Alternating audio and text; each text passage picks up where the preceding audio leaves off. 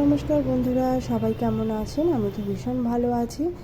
তো এখন বাজে মানে 5:30, সকাল ভোর 5:30। তো ঘুম থেকে উঠে পড়েছি। তো গেটটা খুলে নিচ্ছি।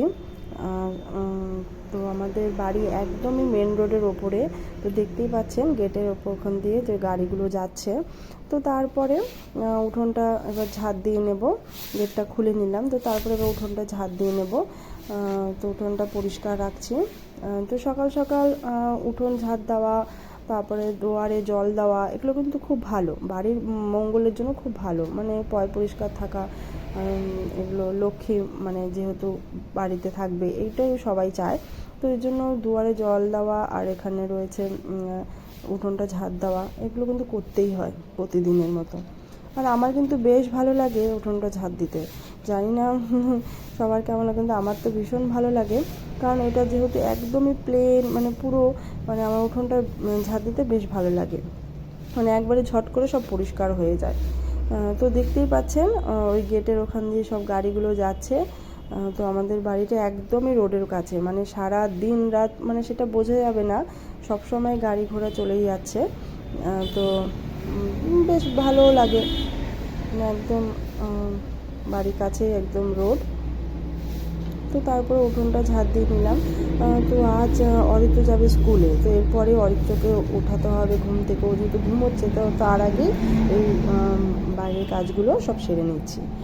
তো অরিত্র স্কুলে যাবে, তো ওর আজকে এক্সাম, তো এক্সাম বোর্ড নিয়ে ও বসে আছে। তো ভাবলাম আজ আমিও যাব ওকে স্কুলে ছাড়তে। তো অরিত্র রেডি হয়ে গেছে, এখানে আমিও রেডি হব, রেডি হয়েও গেছি। তো ওকে স্কুলে পাঠিয়ে দিয়ে এসেছি। তো দিয়ে এসে তারপরে চলে গেলাম, যেটা আমার প্রতিদিনে না করলে ভালোই লাগে না, তো আমার ছাদে।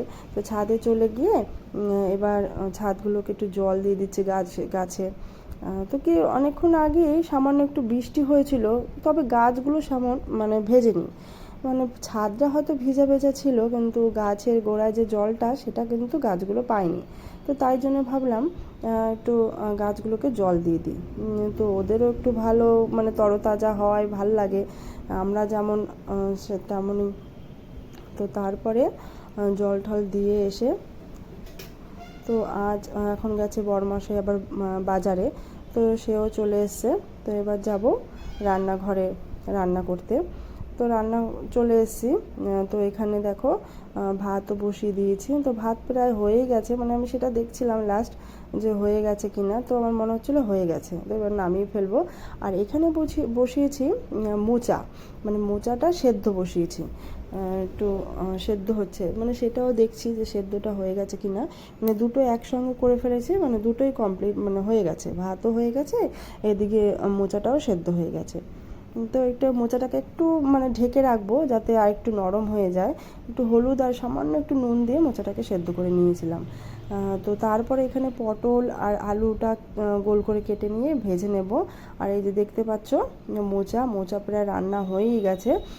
তো লাস্ট একটু গরম মশলা সব কিছু দিয়ে তারপরে একটু নামানোর আগে দেব 1 চামচ ঘি। মানে মোচাতে একটু যদি ঘি দাও না, মানে এত টেস্ট লাগে, মানে মোচার গন্ধটাই এত অন্য রকম হয়ে যায়। তো এটা আমি করবই, মোচার সঙ্গে সামান্য 1 চামচ ঘি দিয়ে দিই। তো তারপরে গ্যাসটা বন্ধ করে এটাকে ঢেকে রাখবো, মানে ঘিটা যাতে, ঘি দেওয়ার পরে অত রান্না হবে না, মানে এটাকে বন্ধ করে ঢেকে রাখতে হবে, তাহলে ঘিয়ের গন্ধটা পুরোটাই থেকে যায়। তো তোমরা করে দেখতে পারো, খুব ভালো লাগে। তো এখানে দেখো বড়মশাই একদম বড় সাইজের মাছ নিয়ে এসছে। তো সেই মাছটাকে আজকে ভাবছি কাজু, এখানে পোস্ত, লঙ্কা নিয়েছি দুটো, আর নিয়েছে সর্ষে, এই গ্রেট করব, এই দিয়ে আজকে একটু মানে গা মাখা করে মাছটা রান্না করব। তো তেলে মাছটা ভেজে নিয়েছি, তারপরে এখানে জিরে টমেটোটা দিয়ে তারপরে যে পেস্টটা করে নিয়েছিলাম সেই পেস্টটাকে এখানে কড়াইতে দিয়ে একটু সামান্য একটু কষিয়ে নেব। আর হ্যাঁ, দুটো রসুন দিয়েছিলাম, হ্যাঁ রসুনটাও পেস্ট করে নিয়েছিলাম। যে তারপরে একটু জল দিয়ে ভালো করে ফুটিয়ে নিয়েছি। তারপরে ভাজা মাছগুলো এর মধ্যে দিয়ে দিয়েছি। তো তারপরে এটা ভালো করে ফুটবে, ভালো করে ফুটে নিচ্ছে। রেসিপিটা কেমন লাগলো অবশ্যই কিন্তু জানিও। দেখো খুব সুন্দর হয়েছে খেতে, ভীষণ সুন্দর হয়েছে, আমার বরমশাই ভীষণ ভালোবেসেছে। তো তারপরে একটু জিরের গুঁড়ো আর দিয়ে দিয়েছিলাম এখানে ধনে পাতা কুচি। তো খুব সুন্দর হয়েছিল খেতে, বাড়িতে তোমরা করে দেখতে পারবে। একদম একদম মানে তাড়াতাড়ি হয়ে গেছিলো ব্যাপারটা। তো দেখো একদম গামাখা করে রান্নাটা হয়ে গেছে। তো তারপরে সমস্ত কিছু সেরে রান্নাঘর একদম ক্লিন করে পরিষ্কার করে নিয়েছি। ভিডিওটা ভালো লাগলে অবশ্যই আমার চ্যানেলটিকে সাবস্ক্রাইব